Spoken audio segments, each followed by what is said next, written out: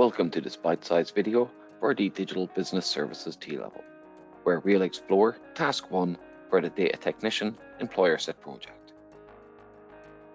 The Employer Set project consists of a series of tasks designed to assess the 5 assessment objectives shown. And this skills assessment is set and marked by NCFE, where students will need to apply the core knowledge and demonstrate the core skills from the specification. The ESP is conducted during a 2-week assessment window, which will be available in the summer and autumn terms. The tasks are designed to replicate the real-life industry experience, and we used employer and industry experts when developing the ESP to help achieve this. This video will focus on Task 1, where students will be project planning and using the information from the brief.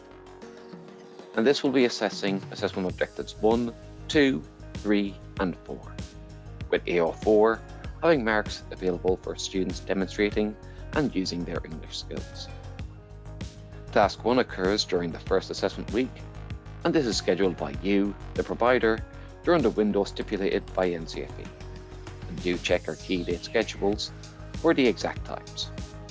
And this session is supervised rather than invigilated, lasting 3 hours, with a 15-minute supervised rest break also being permitted.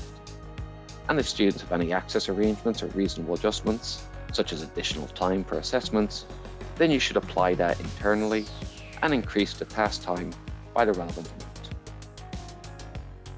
However, Task 2A will also need to be scheduled during the same window as Task 1. So it's recommended you schedule Task 1 early in the assessment window. The assessment materials should only be available to students during the scheduled sessions, so do take account of this and ensure you have secure storage areas for saving the students' work. Internet access is permitted for limited purposes, such as accessing online project planning and management tools, with a copy of the student's browsing history also being submitted. You must ensure that privacy mode has been disabled, with policies applied to prevent students from deleting their browsing history. And if a student misses Task 1, then you can rearrange a new session within the first assessment window, but before students has sat Tasks 2. Task 1 is worth a total of 18 marks, with 2 of those marks for the demonstration of English skills, with an example from the Summer 2022 series shown on screen. And the students will be using the information in the brief to consider their project plan, any potential risks to their plan, and the production of a suitable project management tool. Their chart will be supported with their rationale, where students will need to justify the decisions made and explain any potential risks from carrying out them. Those 18 marks are subdivided over the project management tool and the supporting rationale, with an additional 2 marks available for the demonstration of English skills within their written rationale. And on screen are the highest band marking descriptors. For the project management tool, the design and appearance of the planning chart will be assessed, such as any colours used that is helping to provide additional context and meaning to the diagram, but also ensuring there's a suitable contrast and that the writing is still readable. Using a suitable font too, which reflects the professional nature of the document, and suitable shapes, arrows, and any other elements as required on the different types of project management tools.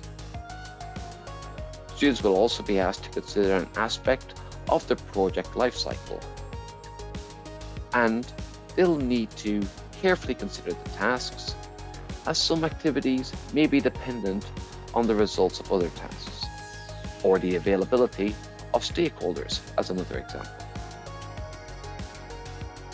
And it's justifications like these that students will include in their rationale, where students give reasons for their decisions made that's relevant to the brief.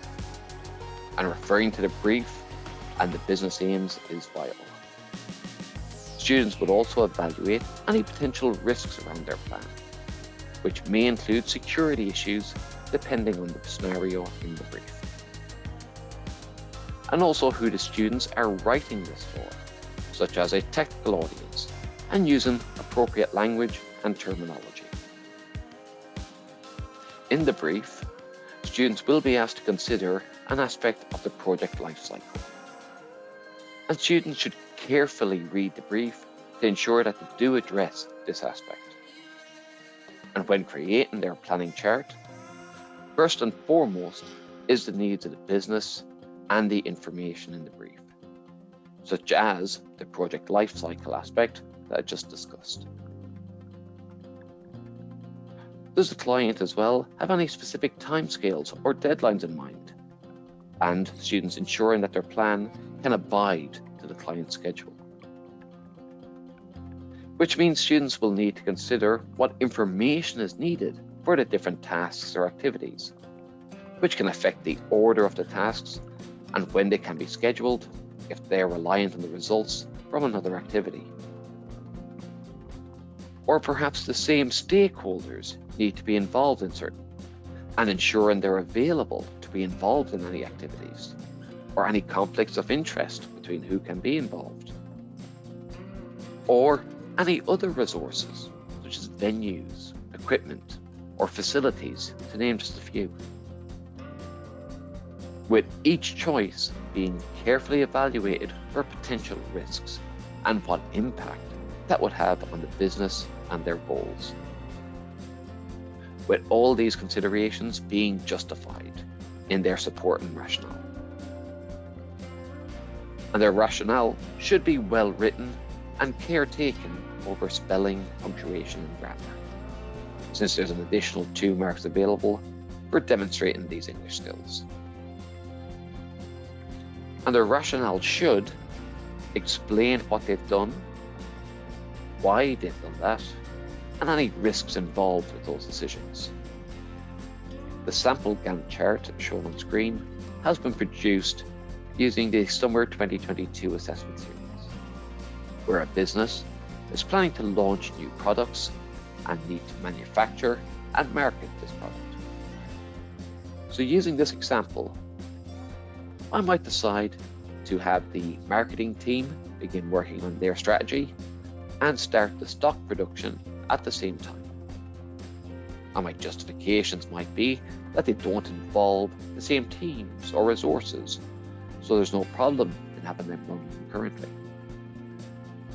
But a risk might be that if there are any issues during stock production that could delay the launch of the product, that could then affect the marketing campaign and when that could begin.